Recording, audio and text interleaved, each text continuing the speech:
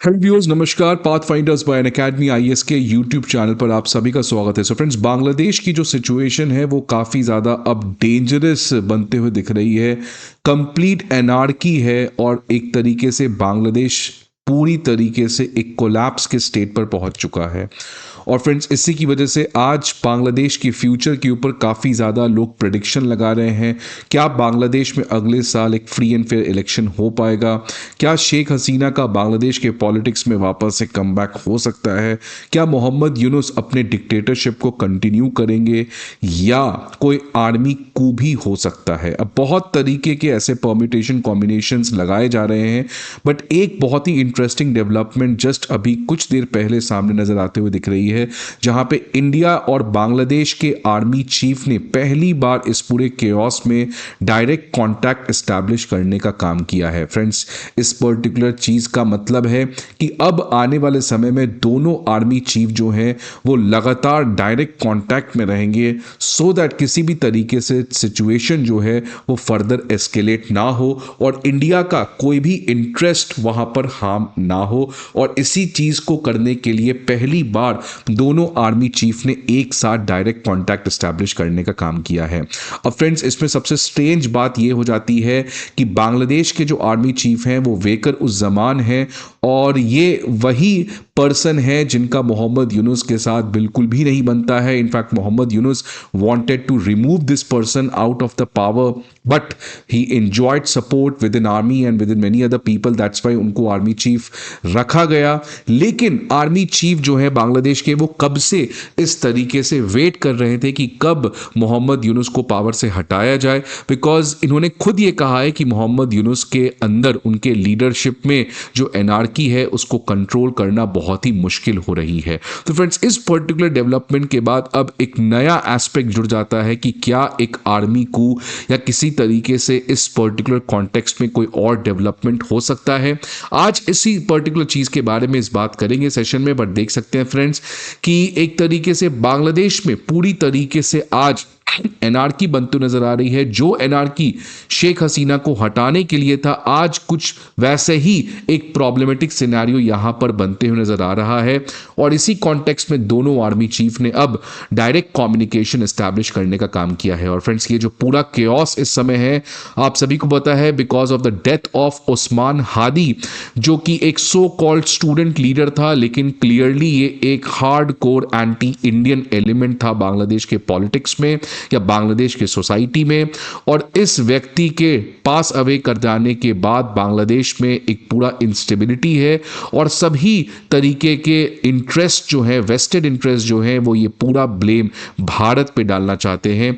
और आज ही इस व्यक्ति का फ्यूनरल भी है, जिसकी वजह से और टेंशन्स काफ़ी ज़्यादा एग्रेसिव या वॉलेटाइल होते हुए दिख रहा है। और इसीलिए कॉन्टेक्स्ट में आपको पता है कि सिचुएशन ऐसी हो गई है कि शशि थरूर की जो पैनल है, मिनिस्ट्री ऑफ एक्सटर्नल अफेयर की जो पार्लियामेंट्री कमिटी है, उसके अंदर उन्होंने कहा है कि आज जिस तरीके की प्रॉब्लम बांग्लादेश से आ रही है, ये भारत के लिए 1971 के बाद से लेकर अभी तक एक सबसे बड़ा स्ट्रेटेजिक कंसर्न बनते हुए दिख रहा है। इस पर्टिकुलर न्यूज़ के ऊपर मैंने ऑलरेडी आज मॉर्निंग में वीडियो अपलोड किया है। You can go and watch that particular thing. Friends, आगे बढ़ने के पहले एक इंपॉर्टेंट इंफॉर्मेशन आप सभी के लिए, Unacademy IAS pre prelims mock test, previous year questions और करंट अफेयर मैगजीन्स, ये सभी चीजों के पीडीएफ आपके सामने लेकर आया है। ये आप हमारे वीडियो के डिस्क्रिप्शन पर जाकर आपको इन सभी चीज़ों का लिंक मिल जाएगा। You can download it.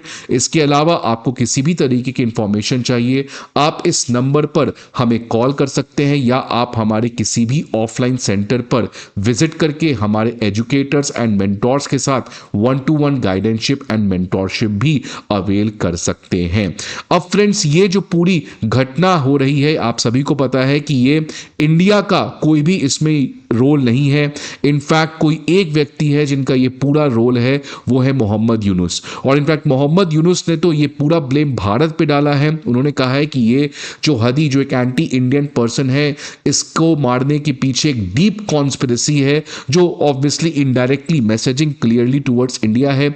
लेकिन in fact it is the chief adviser who himself is responsible for killing this person. और इनफैक्ट आप भूले नहीं होंगे कि चीफ एडवाइजर ने खुद इनको जो हदी है उसको इन्होंने इलेक्शन से बाहर किया था, इलेक्शन कंटेस्ट करने से मना कर दिया था, बिकॉज इन्होंने इस मोहम्मद यूनुस के अथॉरिटी के ऊपर क्वेश्चन किया था। और इसीलिए इस पर्टिकुलर चीज के थ्रू मोहम्मद यूनुस जो है वो इलेक्शन को, क्योंकि आज जिस तरीके से इंस्टेबिलिटी, ऑब्वियसली इलेक्शन करवाना पॉसिबल नहीं है, और यही मोहम्मद यूनुस भी चाहते थे कि इलेक्शन जो है उसको फर्दर डिले किया जाए रिफॉर्म्स के नाम पर, लॉ एंड ऑर्डर के नाम पर, और वही मोहम्मद यूनुस करते हुए दिख रहे हैं। और फ्रेंड्स, आज इन्हीं मोहम्मद यूनुस के पर्सनल वेस्टेड इंटरेस्ट की वजह से सिचुएशन इतनी खराब हो गई है कि यूएस को भी ट्रैवल एडवाइजरी दे देना पड़ा है, जहां पे उसने सिटीजन्स को मना किया है बांग्लादेश जाने से, और जितने भी सिटीजन्स हैं बांग्लादेश में उनको तुरंतली एक सेफ प्लेस पर जाने का इंस्ट्रक्शन यूएस ने भी दिया है, यूनाइटेड नेशंस ने भी ट्रैवल एडवाइजरी दिया है, और अब तमाम तरीके कंट्रीज भी ट्रैवल एडवाइजरी देने का काम करेंगे। इनफैक्ट बांग्लादेश की हालत इतनी खराब हो गई है कि आज कोई भी बांग्लादेश के जर्नलिस्ट भी सेफ नहीं है। जो भी इंडिपेंडेंट जर्नलिस्ट है उन सब के घर के ऊपर, उन सब के ऑफिस के ऊपर, जितने भी वहां के हुलिगन्स है, टेररिस्ट्स हैं, उन्होंने अटैक कर दिया है। इनफैक्ट वापस से शेख मुजीबुर रहमान के ऊपर अटैक हुआ है, मतलब कंप्लीटली जो रेडिकल्स हैं उन्होंने हाईजैक कर लिया है इस समय बांग्लादेश के पॉलिटिक्स को। और इंडियन मिशन के ऊपर भी फ्रेंड्स अटैक होने की खबर आई है, जहां पे इंडियन मिशन ऑफिसर जो हैं उनके ऊपर भी अटैक हुआ है। और इसी सब चीजों में अब फाइनली भारत एक्शन में आते हुए दिख रहा है, और भारत ने आर्मी चीफ जनरल वेकरुज़्ज़मान के साथ अब हमने एक डायरेक्ट हॉटलाइन पे कांटेक्ट बनाने का एस्टैब्लिश किया है, जहां पे दोनों के बीच में ऑनगोइंग कोऑर्डिनेशन लगातार रहेगा। और आज भारत के पास बांग्लादेश में अपने इंटरेस्ट को बचाने का एक ही पोल है, एक ही पिलर है, वो है बांग्लादेश के आर्मी चीफ। और बांग्लादेश के आर्मी चीफ भी जो है वो हमेशा से भारत के प्रति उनका फॉरेन पॉलिसी या भारत के प्रति उनका एक झुकाव रहा है। आपको पता होगा, पहले भी ये हमने देखा है काफी बार। तो ऑब्वियसली अब इस पर्टिकुलर डेवलपमेंट के आने से चीजें काफी बदल सकती हैं, बिकॉज मैंने देखी, आपको पहले ही बताया था कि आर्मी चीफ वेकरुज़्ज़मान का versus chief adviser professor Yunus, ये हमेशा से पावर स्ट्रगल की खबर इन दोनों के बीच में आते हुए दिख रही है। फ्रेंड्स, देखना पड़ेगा अब आगे क्या होगा, बट एक बात तो क्लियर है, Bangladesh is going towards a second uprising. पहले अपराइजिंग में ऑब्वियसली शेख हसीना को जाना पड़ा, अब इसका आउटकम क्या है? क्या इससे फाइनली बांग्लादेश में कुछ फ्री एंड फेयर इलेक्शन होगा, आर्मी कू होगा, बीएनपी अब इस सेकेंड अपराइजिंग में पावर में आएगी, या वापस से शेख हसीना वापस से आ सकती है?